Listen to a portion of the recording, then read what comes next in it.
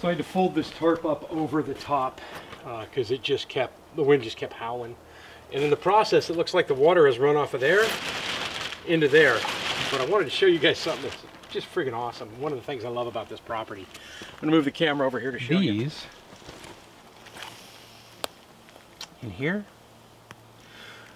called low bush cranberry. So these are actual cranberries, and I have them all throughout the property. It's pretty awesome. They're pretty tart, I'm not gonna lie, and they're not quite ripe yet looking at them. But when you see these kind of small petals, you just look for the berries. I love those things.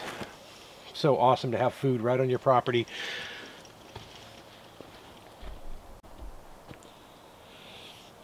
So here's that patch that we just saw. And then as you keep coming back here, there's more and more and more, and they just keep going off into the background there, which is super cool. I might have to take a walk through here later on as fall gets in before the snow hits and see how much I have and maybe pick some. Make a little bit of homemade cranberry sauce.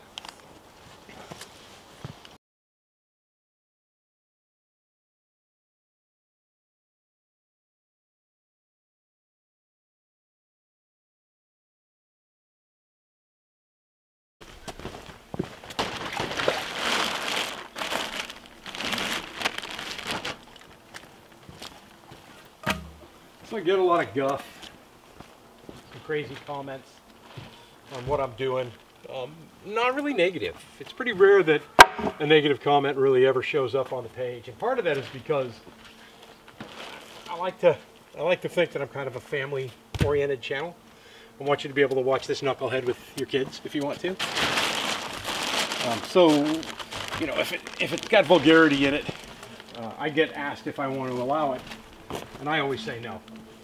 But I had a comment, and I'll post the comment on here because, man, when you slam me and you do it well, I definitely give you kudos. I don't name my chickens, but for some reason I name my tools, right? Let's do this first. This will be cool.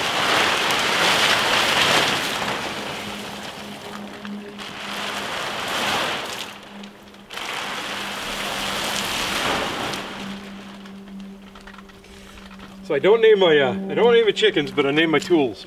And I had a guy that left a comment, and like I said, I'm going to put the comment right here for you to see, that basically just attacked my use of a hammer. But he did it in such a way that I was laughing out loud when I read it. And he said, you know, you ought to call that hammer lightning, because the way that you use it, it never strikes the same place twice. So, going forward from this point on, meet lightning. That's the name of this hammer. I got Trusty Rusty, the old rusted saw, and I got lightning, the hammer that never strikes the same place twice. Kudos, man. That was well put. That was well said. I like it. I got rain coming in pretty much on and off throughout the whole week. Today is going to be my one day that is not that bad. So I have decided that I am going to build a wall. I might not build one, I might build two. I might build this whole section. I'll do at least one today, and then whenever I get a break, I'll do the other. And I'll just keep covering it up with the tarps until I get to the point where I can stand them up. And then I'll have somebody come over probably and give me a hand. I don't know, I might lift this one up today and see how heavy it actually is, because this is 2x6s compared to 2x8s. A lot of difference in weight. But yeah, I thought we'd go ahead and get that started. Even though I don't have the porch edition added to the other side right now. Normally on Tuesday or on Monday like today, I would be editing video for Friday, but I'm going to have rain for sure in the next couple of days, so I have plenty of time to get that done down the road, and I don't know when I'm going to have dry weather, so we're going to take advantage of that today.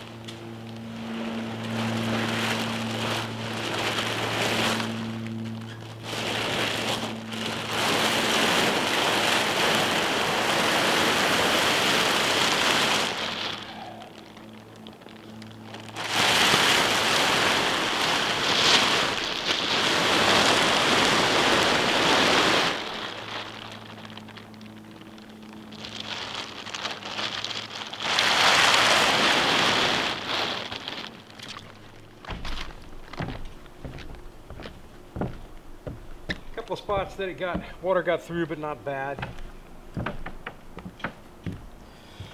Nothing damaging. It's gonna get wet. There's no way, no two ways about it. But my goal is to keep it from getting too wet.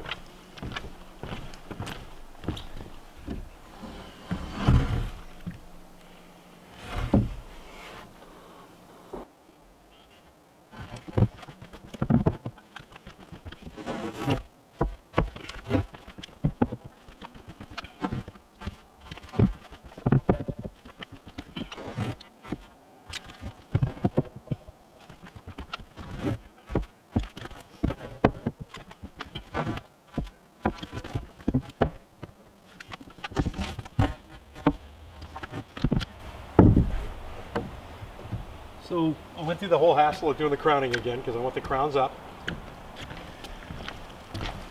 And I picked the back wall to do first because there's no windows in it. And I know you're probably thinking, well, don't you want a window looking out into that forest? No, eventually if I want one there, I'll put one there, but I only had so many windows.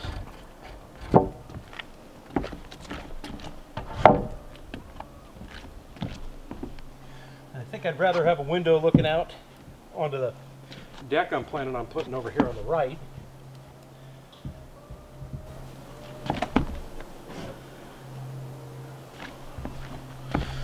Then of course, when that deck becomes a bedroom down the road, which it will,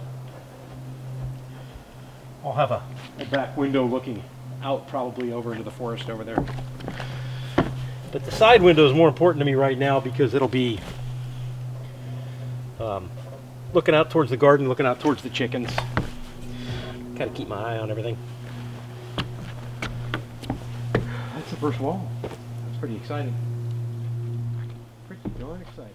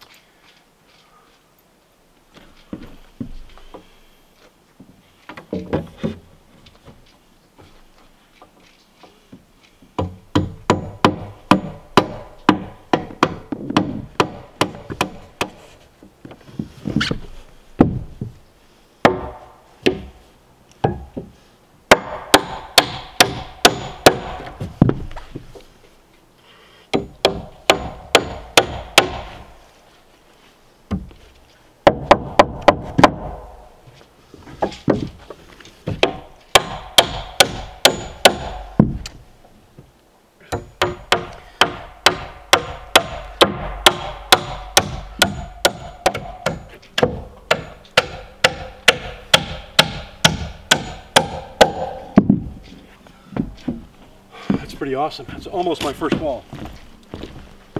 So then we talked, or I talked to you about what is called a California corner. And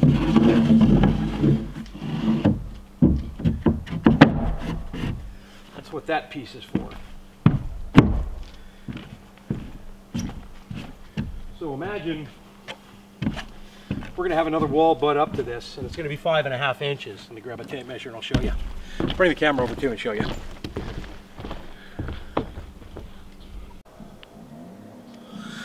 So this wall, this exterior wall here, right, that's going to go between both the ends, is 5.5 inches deep, right?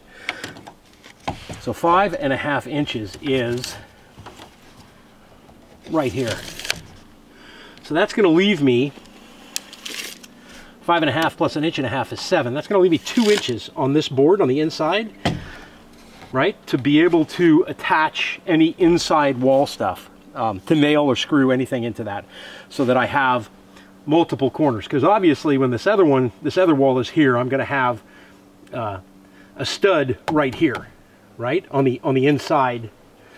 I'm going to have a stud butted right up there that I can nail to, but I won't have anything I can nail to on this unless I put one of these corners in here. And I'm going to do this on this side, and I'm going to do this on the other side as well, and then I'll do that on the other end on both corners as well.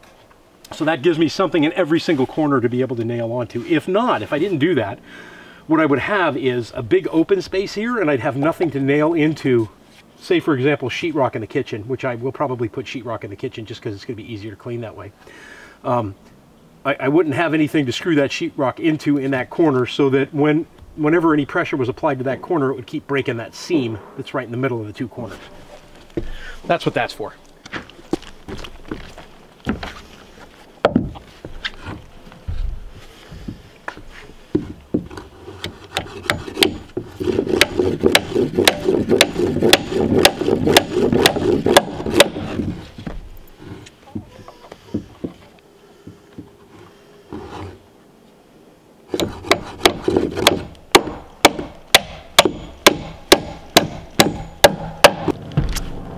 Probably also note too that I'm not, we say this every episode, I'm not a carpenter. Most of what I have here, I'm going to put a couple of nails in on this side too. Most of what I have figured out here is just by looking at videos on YouTube, looking at construction websites, and seeing how they do it. And what I liked about this idea for a corner, because there's multiple ways, right? I could have stacked some more studs in here. But what I liked about this way was that it will still allow the insulation batting that will fit in this gap to fit in this gap.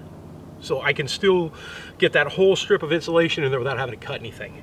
To me, that was an awesome idea. Yeah, I'm gonna put like 2 nails or 3 nails down this, like maybe 1, 2, 3, just to tighten this up all the way. So I have a little more rigidity. But in theory now, this wall is ready to raise.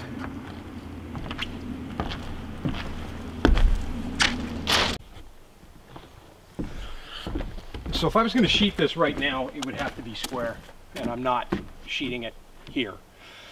But I'm thinking that that probably would not be a bad idea for a little more rigidity to run 1 layer of sheeting across the bottom. Just to give it more stability. I was going to see how heavy this was. I think it's too heavy for 1 person.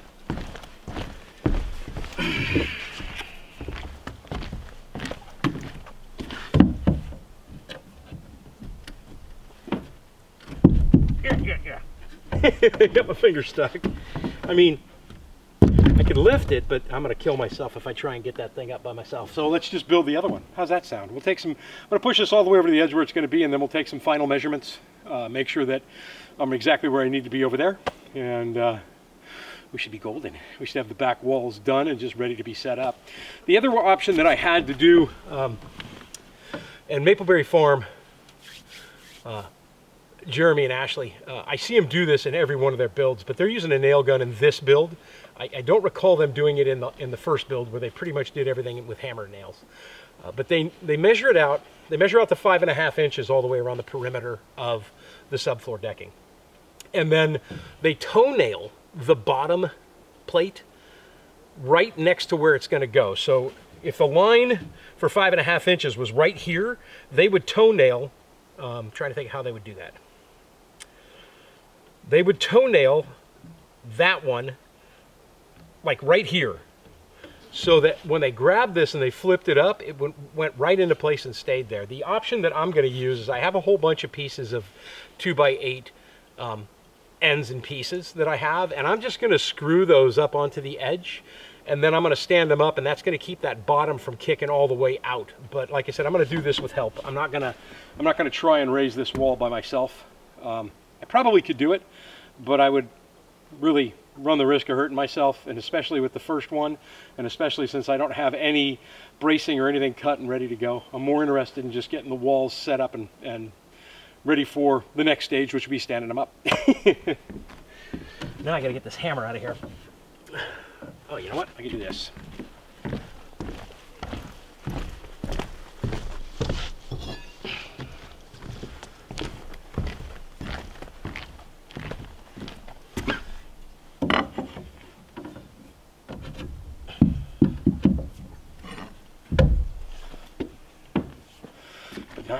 Nice. Wall number 1 done. Very cool.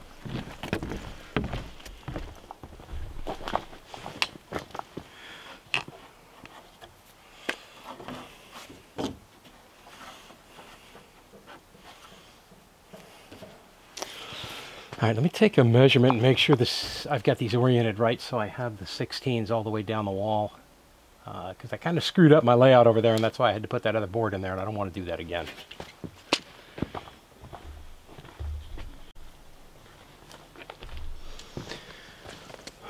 So these 10-footers that I had cut for this side, they ended like 3/8 of an inch short. And I want to cover the whole deck and bring it right to the edge of the wood. So it turns out that my 20 feet wide is actually like 20 feet and 3/8 inches. And I don't know that that makes a difference, but it does for me because I don't, I've never done this before, and I want to make sure everything lines up exactly when it's finished on seams. So it may mean in that case that I'm going to have extra sheets, or it may mean that I just put a little gap for a sheet right here on every other one type of deal. So that, so somewhere in there I do a couple of gaps of maybe 1/8 of an inch or a couple of 1/16 inch gaps to get it so it's completely even on both ends when it's done. But when I measured this out, right, from outside of this to inside of this one is 16 inches. So I just followed that all the way down. Right, I'm going to have one here obviously to nail the two together. And then that'll be a 16 inch, that'll be a 16 inch, and then everything's going to go on that side of the mark. And again, I don't know that this is completely wrong. I don't know it's completely right. But I know that I feel much better doing it this way, and that everything ends up perfectly on a 16th, or on a dead center at 16 inches on center, as opposed to, being a little bit off on this side. Like I said, better safe than sorry, right?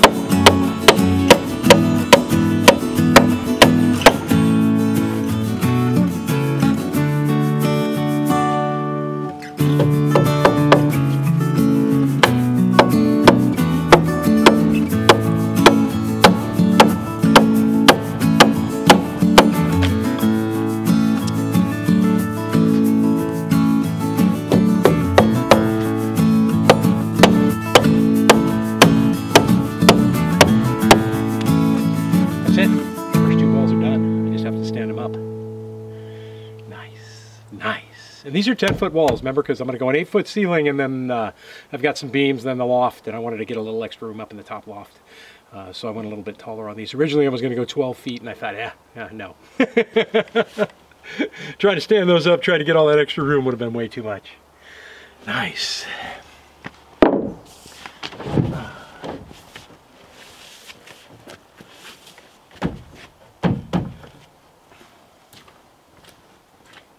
Butt up against each other. Those ones kind of come in at the top.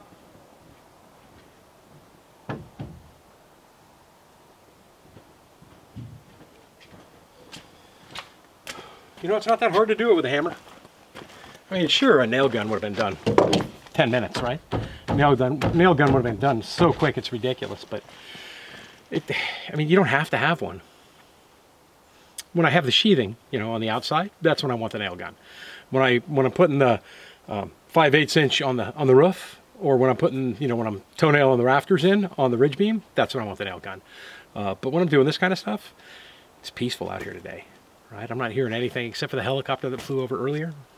It's just nice. It's nice to be able to enjoy the peace and quiet out here in Alaska. I'm Sean in Alaska. That's going to do it for this video. I will see you on the next one where we stand these bad boys up and I start building the next ones, the sidewall here. I'm going to do the 2 walls without windows or doors to begin with, because that way I can get a better feel for what I'm doing. It's going to be a nightmare when I go to lay out the windows. The door, not so much. The door will be pretty easy, but when I go to lay out the windows, it's going to be I think it's going to be a test of Sean's patience. All right, I'm going to cover everything up and get it all taken care of. Thanks for watching, guys. Have a great day.